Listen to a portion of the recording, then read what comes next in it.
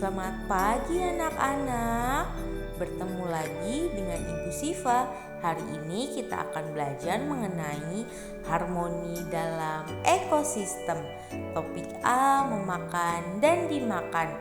Adapun capaian pembelajarannya yang akan kita tuju yaitu sebagai berikut. Peserta didik mampu menyelidiki bagaimana hubungan saling ketergantungan antar komponen biotik abiotik dapat mempengaruhi kestabilan suatu ekosistem di lingkungan sekitarnya. Tujuan pembelajarannya yang akan dituju yaitu 1. Melalui kegiatan pengamatan lingkungan sekitar, peserta didik dapat mengidentifikasi hubungan antar makhluk hidup yang berkaitan dengan makanan dalam bentuk rantai makanan. Kedua, melalui kegiatan diskusi, peserta didik dapat mengidentifikasi peran makhluk hidup pada rantai makanan. Dan yang ketiga, melalui penugasan, peserta didik dapat mendeskripsikan hubungan makhluk hidup pada jaring-jaring makanan di ekosistem yang lebih besar. Nah, sekarang coba kalian perhatikan lingkungan sekitar. Apakah hanya manusia saja yang membutuhkan makan?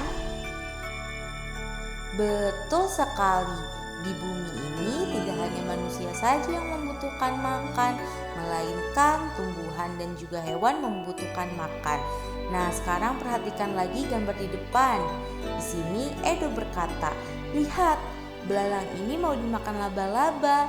Akan aku selamatkan dia." Lalu, bagaimana dengan nasib laba-laba? Nanti gara-gara kamu, laba-laba jadi kelaparan. Jawab Joni. Berdasarkan hal tersebut dapat disimpulkan bahwa semua makhluk hidup membutuhkan makan agar tetap hidup dan dapat beraktivitas. Manusia mendapatkan makanan dengan mengolah bahan-bahan makanan yang ada di alam. Lalu bagaimana dengan tumbuhan dan hewan? Bagaimana mereka mendapatkan makanan sebagai sumber energi? Nah, hal tersebut berkaitan dengan rantai makanan. Rantai makanan adalah hubungan dan dimakan antar makhluk hidup yang menyebabkan perpindahan energi. Adapun contoh dari rantai makanan yaitu sebagai berikut. Pada gambar terlihat rumput dimakan belalang, belalang dimakan katak, katak dimakan ular, ular dimakan elang, dan elang akan diurai oleh jamur. Berdasarkan gambar di atas dapat disimpulkan bahwa setiap makhluk hidup memiliki perannya sendiri dalam rantai makanan. Peran dalam rantai makanan yang pertama yaitu tumbuhan hijau. Tumbuhan hijau menggunakan energi cahaya matahari untuk berfotosintesis. Fotosintesis membuat tumbuhan dapat menghasilkan makanannya sendiri. Maka dari itu tumbuhan hijau disebut dengan produsen. Selanjutnya yaitu ada binatang. Binatang herbivora memakan tumbuhan untuk mendapatkan energinya, disebut dengan konsumen tingkat 1. Dan binatang karnivora memakan binatang lain untuk mendapatkan energinya, disebut dengan konsumen tingkat 2. Selanjutnya yaitu pengurai. Pengurai adalah jamur maupun bakteri yang akan menguraikan makhluk hidup lainnya yang telah mati, disebut dengan decomposer. Nah, selanjutnya yaitu ada jaring-jaring makanan. Jaring-jaring makanan adalah kumpulan dari beberapa rantai makanan yang saling berkaitan pada suatu ekosistem yang sama.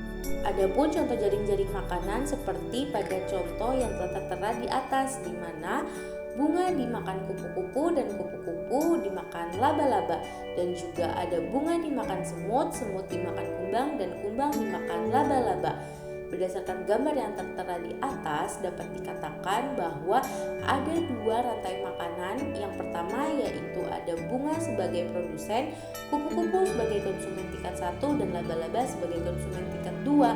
Rantai makanan yang kedua yaitu ada bunga sebagai produsen, semut sebagai konsumen tingkat 1, kumbang sebagai konsumen tingkat 2, dan laba-laba sebagai konsumen tingkat 3. Nah, berdasarkan contoh tadi dapat disimpulkan bahwa setiap makhluk hidup itu saling bertergantungan dan saling berketerkaitan untuk mempertahankan kehidupannya masing-masing. Baik anak-anak, untuk materinya dicukupkan sampai sini. Jangan lupa dibaca kembali materinya. Terima kasih dan sampai jumpa.